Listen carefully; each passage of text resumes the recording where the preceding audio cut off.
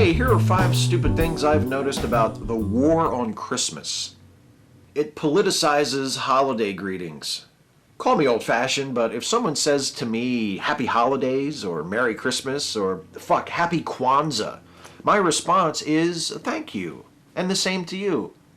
Whether I actually celebrate the holiday named in the greeting is not the point. The sentiment is the point. One of the ugliest results of all of this war on Christmas talk that's been in the air the last several years thanks to conservative Christians and Fox News commentators is that it has turned sentiments like Merry Christmas or Happy Holidays into political statements. It's turned us into assholes, and it has ruined the spirit of the holidays we're supposed to be so keen to protect because it makes the holidays about division rather than unity.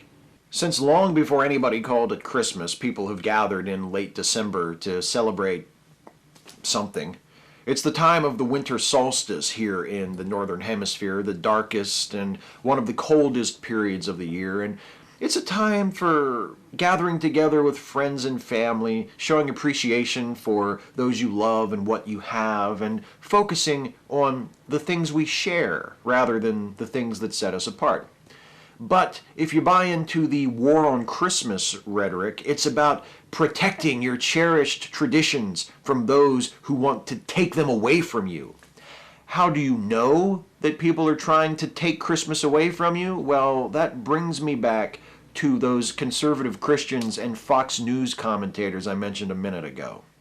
It's a tool for demagogues and self-promoters. Did I say demagogues and self-promoters? Because I mostly meant this son of a bitch, who is both. More so than any other single person, Bill O'Reilly is responsible for popularizing and perpetuating the notion that when Target displays a banner that says something inclusive like Season's Greetings rather than Merry Christmas, or a judge rules that if Christians want to display religious decorations on public property, members of other religions need to be afforded the same opportunity, it's basically the same thing as saying Mary should have had an abortion.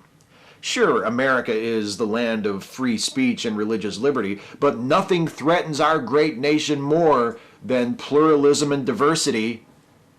Except Muslims, of course. Muslims are the greatest threat ever faced by anything ever, which is why it's more important than ever today, right now, to celebrate a pious, in-your-face, Christ-orific Christmas. If we don't repel this assault on our nation's most cherished holy day, then the terrorists, and the liberals, and really what's the difference, win.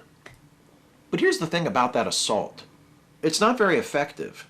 If there is a war on Christmas, it must be considered a total failure, mustn't it? The Christmas season seems to expand more and more every year. It now essentially begins the day after Halloween, having rendered Thanksgiving a little more than a quaint prelude to the final shopping stampede. If there is a war on Christmas, the people fighting it should just do the sensible thing and surrender, because Christmas is winning. And I say if there is a war on Christmas purely for the sake of argument, because the truth is, there is no war on Christmas. It's totally imaginary. Christmas is as popular and inescapable as it has ever been.